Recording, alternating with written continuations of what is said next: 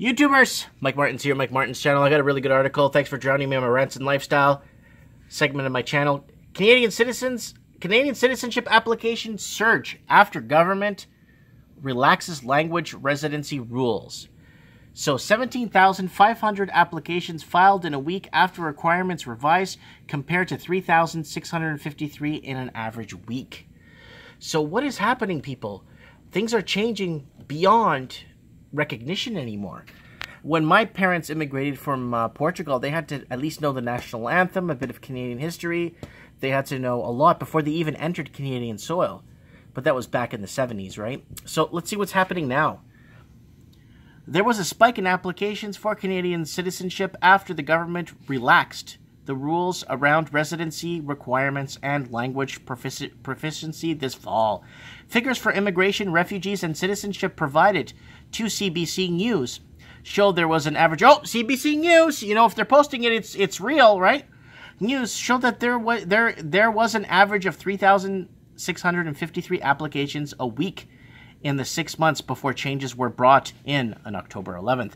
The number shot up to 17,500 applications the week after the new requirement kicked in. There were 12,530 applications submitted the week after that, but data subsequent weeks is not yet available.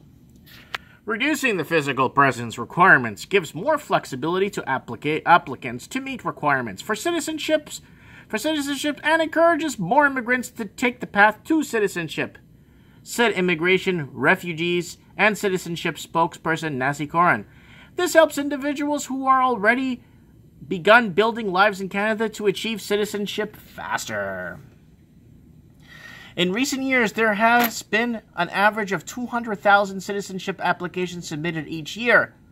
Fluctuations in application rates expected after rule changes, so the department put resources in place to handle the surge capacity and keep processing times below the 12-month service standard, Caron said.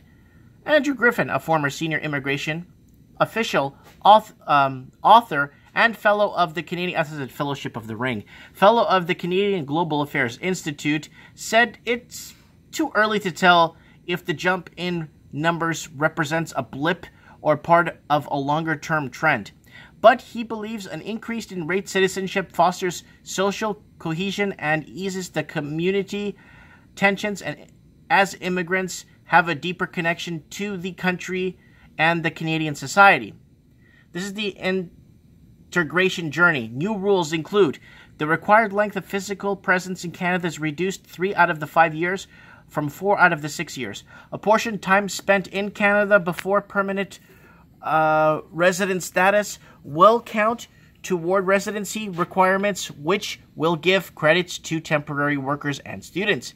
The age range for language and knowledge requirements is reduced to 18 to 54 years old from the previous 14 to 64 years old. But Griffith said high fees remain the barrier for some to apply for citizenship, especially those in a family reunification or refugee categories with stretched finances. So I'm going to leave you guys processing fees hikes. We don't need to talk about that. But the fact that what's happening, I want to know from you guys, because I had a couple of friends go to downtown Vancouver over this past weekend for the holidays, for Christmas and stuff. They were in Vancouver downtown, and no one spoke English. They were saying they were out and about with families, and they were saying the same thing. Like, Mike, I was like on like Commercial Drive and First, walking around, you know, remembering living in Vancouver, growing up as a kid, and no one's speaking English. And then up Renfrew, up Commercial Drive, Commercial Renfrew, all those other streets. I'm not talking about downtown Vancouver, like more uptown and midtown Vancouver. You're noticing no one's speaking English when you're out and about. And I noticed that a lot when I was in Vancouver. I could be out in the mall I was at, sitting on the bench and watching everyone that walks by and listening to everybody's, not eavesdropping, but listening to what language people are speaking. And the majority of the people don't speak English, regardless of what it is, right? And I don't know if this is going to make a difference anyway. Like, I mean, I think nothing much more will change because I think people aren't easing into Canadianism as much as they hoped, so I guess they want to kind of open the borders a bit more and make it a little bit more flexible. But let me know what you guys think, because, I mean, my parents really worked and went to night school to learn English. My parents really worked hard to pay off their house and, you know, raise me and all that stuff. And it's all good and all, but I want to know what you guys think. Comment below. I'd like to know your comments on how you feel about this. I'll leave a link to the article if you want to read the whole thing, but it's changing. I think citizens just the average citizen should be able to vote on these bills to say, should we do this, yes or no? Canadians, please vote. You know, and then Canadians could go out and vote on their smartphones or on some computer at home, and then people go out or maybe go out and vote on the bill at some church or something to determine whether or not they should pass this law. I think this kind of law should be asked by the people living in the country, because they have to live with the people coming into the country. I want to know what you guys think. Comment below. I'd like to know your feedback. Thank you.